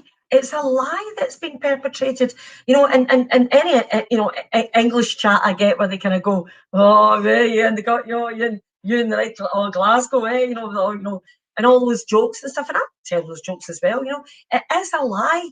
You know, when I think about being brought up in Castlemilk, you know, I think about having to take the soup to the old man, because you just had to do that, you know. I think about the only guy that had a car was a guy called Doherty, and every time somebody went to Glasgow Airport on their holidays, he drove them there. He was the taxi that drove everybody to the airport for their holidays. I think about, you know, the amount of ways that if you were a kid and a grown-up shouted, "You need to go to the shop," you know, I remember grown-ups getting together to help. You know, it was an incredibly beautiful, connected, up till the age of about 14. You could not get a better upbringing, you know. Then you might have wanted to go, I want to get into the tune, I want to, you know, I want to see more stuff, you know, but no, the benign neglect that I remember from my childhood was bliss. You know, I'd much rather have had my upbringing just, you know, literally get up, get dressed, and you're, you know, feral for the rest of the day, you know, as opposed to a cul-de-sac in Bearsden with a bike, you know. But see, when you're talking about that, the Scottish voice and how we do it, you know, we the big joke on the Scots, of course, is they're loved everywhere else. You know, there's this kind of thing of, you know, the reason that the English people that I know and chat to and have relationships with are going, what are you doing? No, stop it. It's because they love the Scots, you know. They absolutely love them. I once did Eddie Mair. Before Fred McCauley used to do the mornings on BBC Radio, I was a weekly co-host with Eddie Mair, and you know, and my job was just to be affable, and I was speaking exactly the way I'm speaking to you, Karyn. You know, you know, Mary from Aberdeen would come in, and I'd go, "Oh, Mary, you know, see, the thing is, right, you're probably not thinking about it the way that you know, there's probably, you know," and I chat, and the next thing someone comes on, and I kid you not, Karyn, he went, see if I can do this without hurting my throat. He basically went, "Who's that girl on the radio?" You know, so he came in saying that, you know, what had happened to the BBC, you know, was Anne Lorne Gillis's father not in charge anymore because she can't even speak the Queen's goddamn English. You know? So Eddie Mair was killing himself laughing, you know. But just like you, my bottle completely crashed. You know, I literally thought it was the big hand on the shoulder, the Parky Swizzle, the Shepherd's imposterisation syndrome, you know. And I had got fun out. What was I doing on BBC Radio talk like that? You know? And my face went bright red. I was under symptoms. You know, I'm going for my water because I can remember, you know, all the saliva went out my mouth. I was like, and anyway, Eddie was going, and he was going, and the guy was still going, you know, for God's sake, you know, what's going on? So he was called John Reid. John, if you're listening now, hi, remember me? So eventually I knew Eddie wasn't going to say anything, so it was up to me, and so I said, "Hi, John, thanks for your contribution. Listen, here's the thing. It's a dialect, and believe it or not, you've got one too. You know, we all have, and this is a Scottish programme. It's BBC Scotland, and folk that phone in might feel that they're more at home with a voice that's not maybe as polished as yours. But if you think it's the case that a polished voice needs to be the only voices on the BBC, why don't you come in?" So I've organised it with Eddie, and Eddie was like that you're actually going to take my place next week. So instead of, you know, and of course his bottle crashed then, and he was going, "I'm out of an appointment for," you know. What happened next, Karyn, was the phone lines were jammed, and nobody could get through, and it was Eddie announced it on the show that they couldn't take any more calls. They were inundated. And what was lovely about it was that the calls were coming from Norway, they're coming from Sweden, people saying her accent's absolutely understandable. Who is this pompous old git who thinks that speaking the Queen's goddamn English was that kind of buffy accent? You know, but the person that's the worst to think that way are the Scots. You know, because that's we there was the Highland clearances, then the Industrial Revolution, and we're not out ourselves. We haven't got out ourselves yet. I mean, we're still kind of going, you know, could I possibly be allowed? So let's keep our accents. And oh no, definitely. I don't think we're ever going to lose it now. I'm too old to lose it. No, it's too late, isn't it? But I also wanted to ask you about the violence thing, because I have a theory, right, that because we live closely in our small nation with each other, and because Glasgow is the place that if you're in a ladies' toilets, you're there for 2 minutes to have a pee and 10 minutes to sort of look at the photographs out of her bag of the wedding or the wedding. We're involved with each other in a way that there's something about violence and shame that's glued together. You know, there's a kind of glue there that without the forgiveness, without the accountability that is full of compassion and has a kind of backdrop of it's no your fault. You probably were only trying to, it's a call for love or whatever those justice skills teach us. There's something about when we resort to violence, and why Glaswegians have as one side of the coin violence. What I'm just thinking, what is the other side of that coin? What's the one that's getting us there? Or well, do you know, it's such, passion, I mean, honestly, you can expectation, connection. There was, for lots, I mean, you know, it was, well, lots of it was for us, you know, and you know, you could talk anything from domestic violence to violence when you're a kid, to street violence, to instrumental violence where you're using violence to, you know, commit a robbery. There was something that was very tied to masculinity and what the idea was of being a man in 21st century Scotland. That's interesting. You know that, and you never walk away from a fight, and you never back down, and that was what was expected of you. And actually, the pressure on lots of our young men was extraordinary. And when we spoke about it, when we were doing Serve, and we were asking people, and listen, you know, it's a long and laborious story, but when John Carnican and I were sort of speaking about it, you know, we thought we're going to be mortally embarrassed. Nobody is ever going to want out of this. And we were overwhelmed by people saying, I've had enough. I don't want to be this. I remember one of the young guys saying, I see these guys on the TV, you know, like they've got the scarves tied, you know, the sort of double knot, and like got a blazer on. He said, I'd love to dress like that. He said, but I'm not allowed to dress like that. You know, I've got to wear, you know, grey jogging bottoms. I've got to wear this T-shirt. I've got to have this jacket, you know, and I would quite like to be different, but that narrow expectation, I know we're sort of coming full circle, was part of that as well.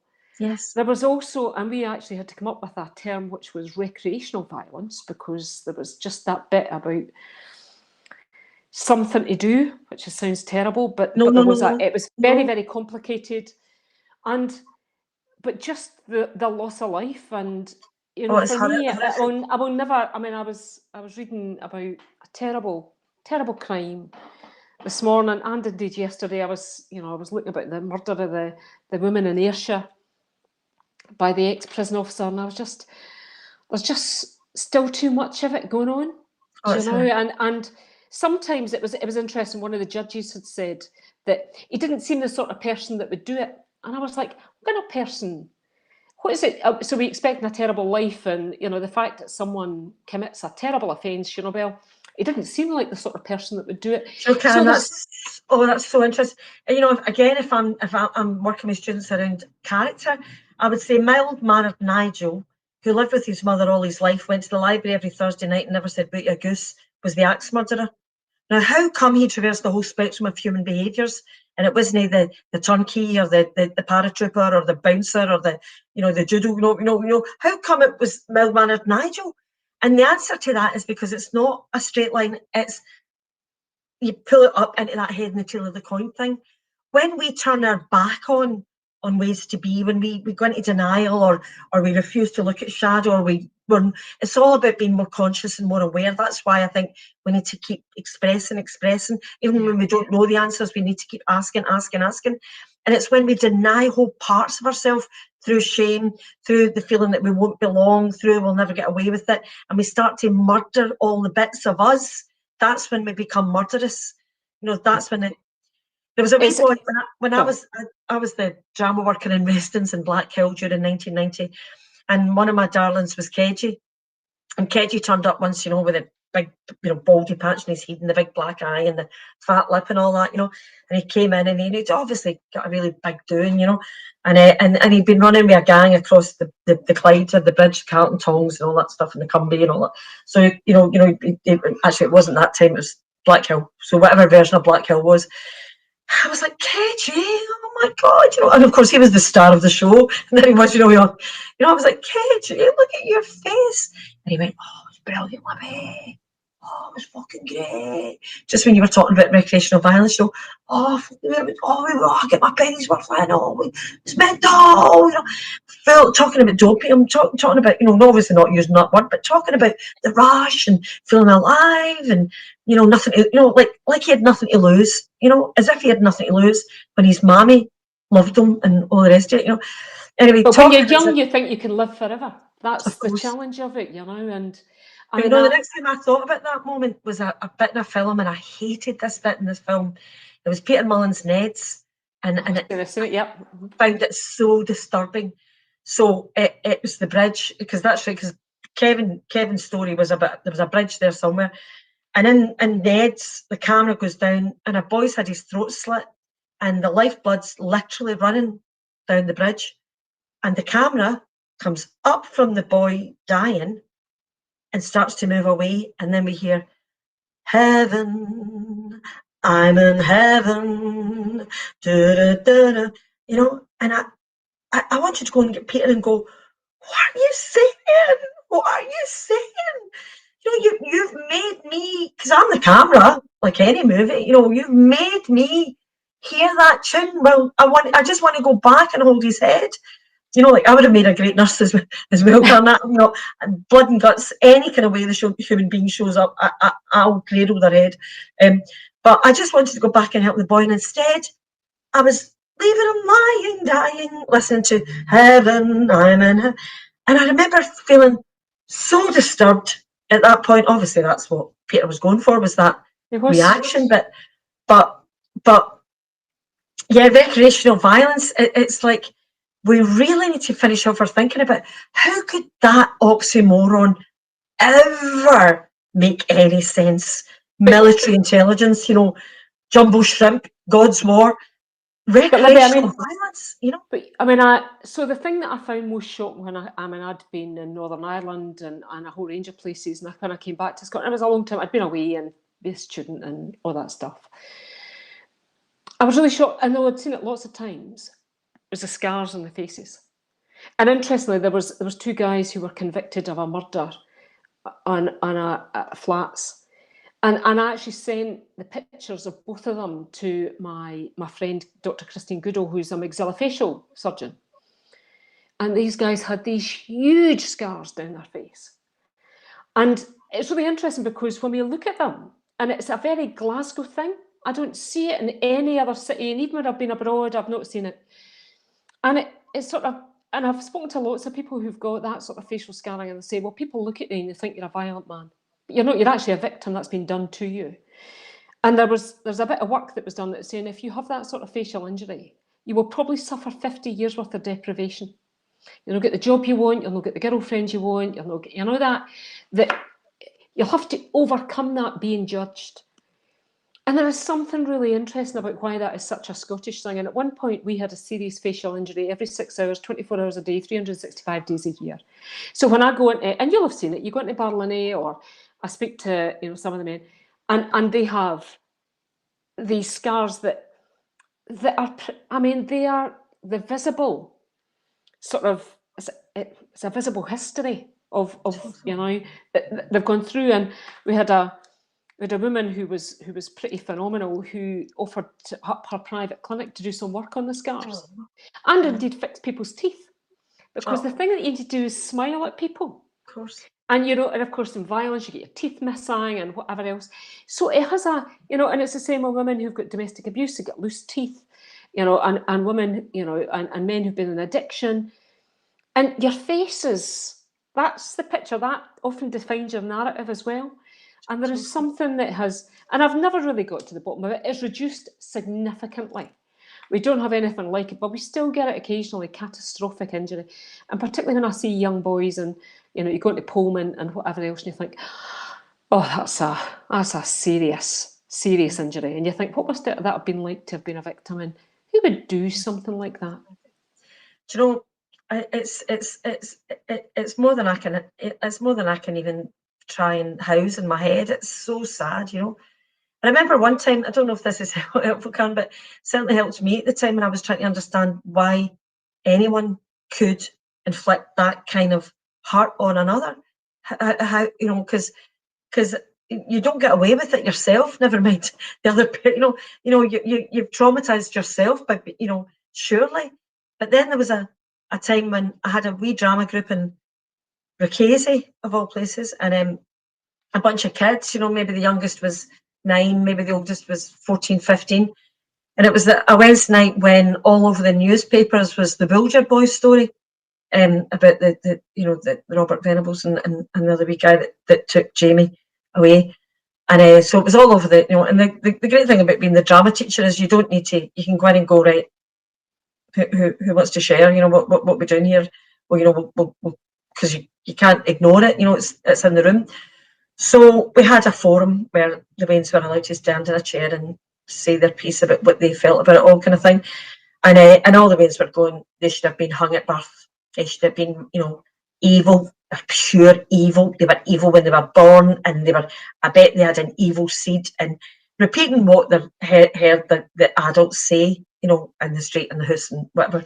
And they were just repeating what they'd heard, kind of thing. Or they were saying nothing because they were like. And then this wee girl got up, and I won't tell you word for word because she was only wee. She was one of the youngest ones.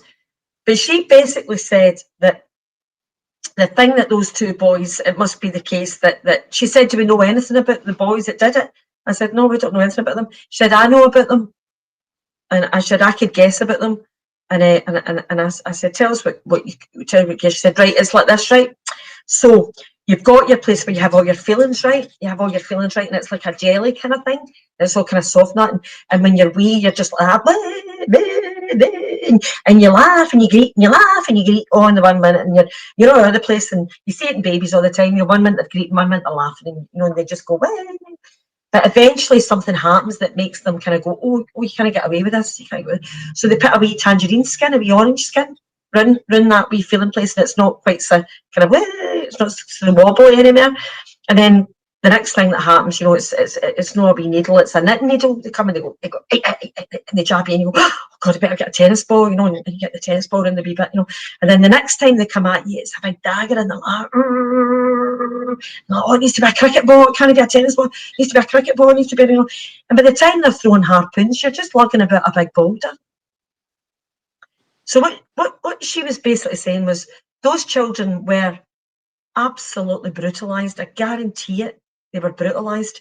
And although they had covered up the feeling centre inside them to make sure that they weren't feeling the hurt and the pain that was being happening to them in their world, they'd actually closed themselves off from empathy, from being able to feel what it would be like to inflict that kind of hurt and pain on somebody else, because they were like shut down ducks that you might see up in Milton Cat and Dog Home. They weren't present. They just weren't present. And you get empathy every years. You get it from your significant others. And yeah, I know so many people who, and younger people who have not developed a level of empathy, and they can do it. It's still possible, but that development of empathy, we think, happens very, very early on. And if you don't get it, you're brought up in, extreme violence and neglect, and if you've never been shown it, how on earth do you show anybody else it? How on earth?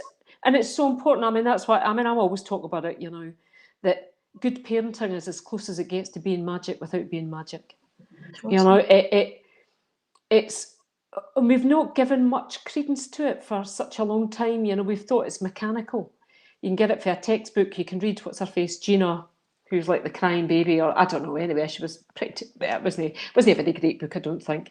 But that parenting role is so important. It's important for our country and our economy, but the children are all our responsibilities, Karen. Absolutely. And it was like absolutely. you said earlier on. It oftentimes only takes one adult to hold that space, and it could be the lollipop lady. I do think we need to go into schools. My niece Karyn McCarthur is trying to advocate that there's guidance in schools that's got nothing to do with the school. It's complete independent. So that every child in a school could go to the counselling service there and know that it's not within the school's remit that's happening. You know, they're kind of. But I would just say, put me in school. I'm only kidding. I think, you know, I think the arts. Personally, I think the arts is the way forward. You know, when I worked up at the school with the kids who were kind of, you know, trying to think the term they were using at that time. It was kids who had no expectation of them ever coming to anything. A group poem did it for those kids. We just spent a whole week on a group poem, and they delivered it at the Christmas service. And my pal, who was their teacher, said they spoke about it for months and months and months. That was their poem. We did. But the arts is amazing. I mean, you heard so Vox Liminis, so I know Ferguson and the team from Vox Liminis, and, you know, you heard the song at the beginning there, and I've heard lots of the work that they've done, and it is interesting. I mean, I never think I'm that creative in terms of, you know, the arts, etc. But I absolutely see the value of it and how it can tap into something.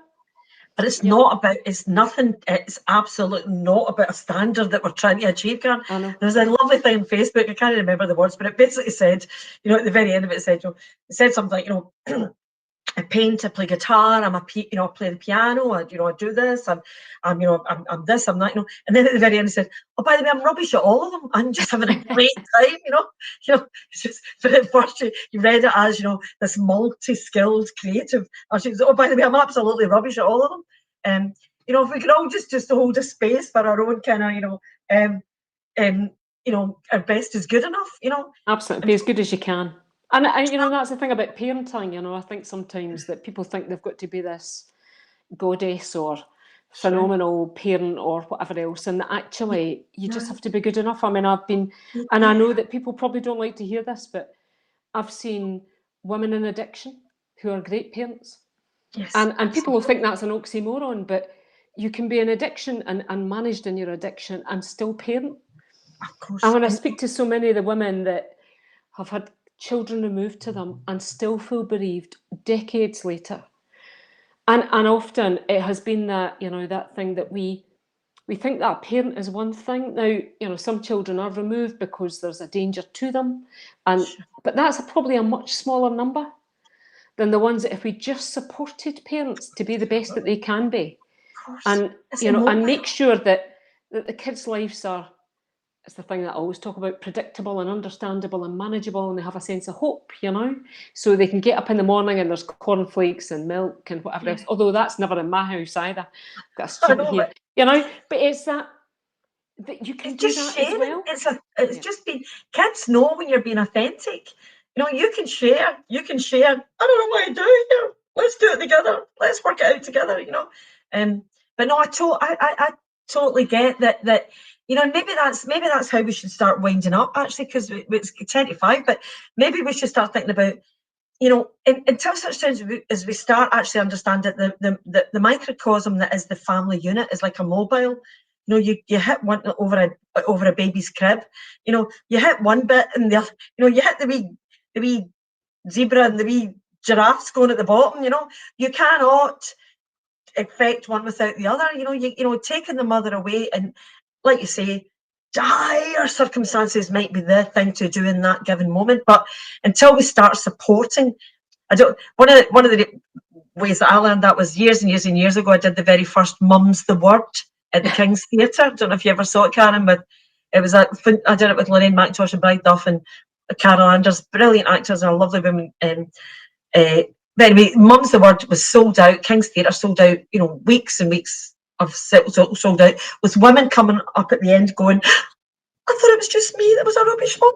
I thought it was, you know, talking about the conspiracy of silence around, you know, the fact that you know, you're like, oh my God, how come they're letting me look after a baby? Oh, where's the manual? I don't know what to do here, you know, and how it's the best and indeed the worst thing that could ever happen to you, having a wean. Nothing's better and nothing's worse, you know, in equal measure, as far as I'm concerned.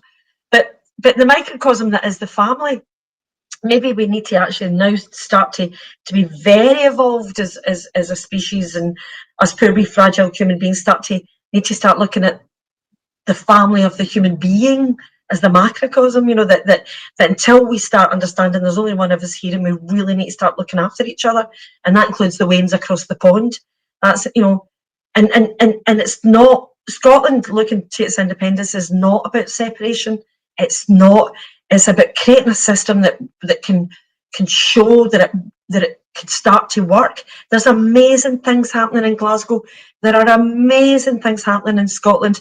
I totally agree with you, Karyn, that we Scots should be so full of hope that we're beginning to shift into understanding how powerful this tiny nation can actually be on the world stage. You know, absolutely. And we've got a brilliant First Minister. I mean, I am such a fan. You know, I mean, you know, I think she's phenomenal.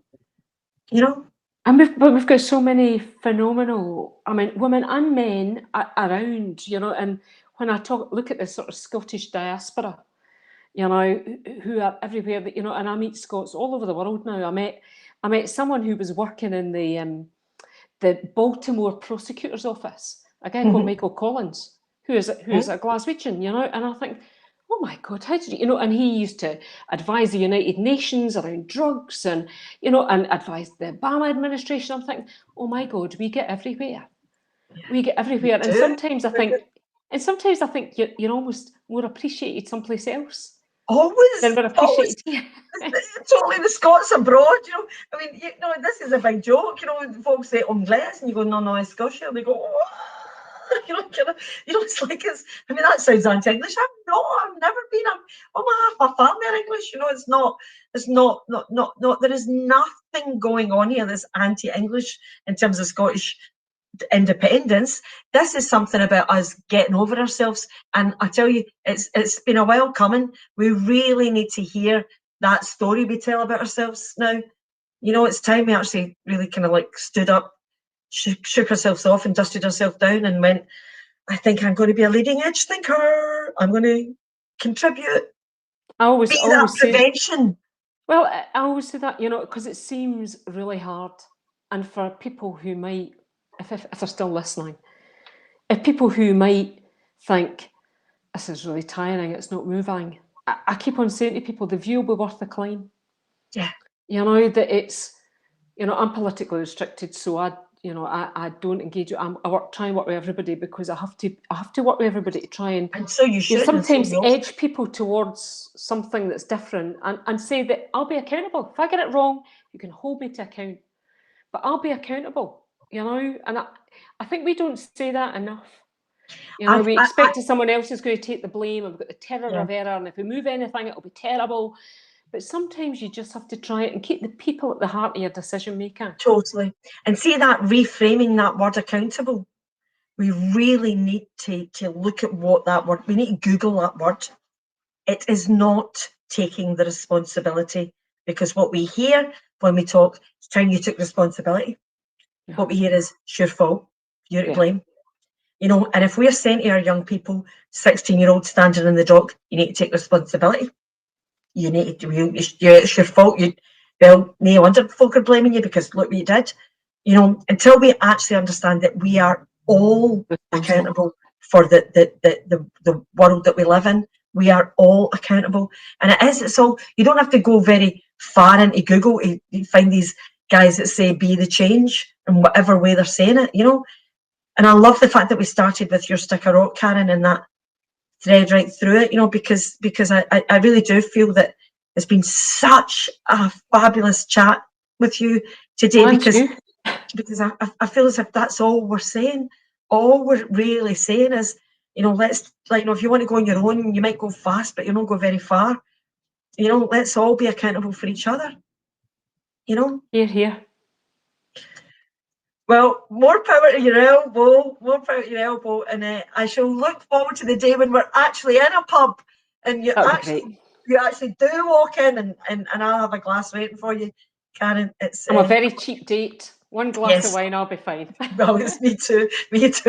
I'm rubbish. I don't swallow much before I go, oh, cup of tea, time again. I love the fact that all my girlfriends are all, by 10 o'clock, somebody's going, does anybody want to make Everybody want to do the tea and toast it back at their house, 10 o'clock, you know. Gone are the days. You know, it's that thing of, you know, your son goes, Mum, you never go out. And you go, I was out, now I'm in. You know? Exactly. I've And now been it's my out. bedtime. Yeah, now it's my bedtime with a book.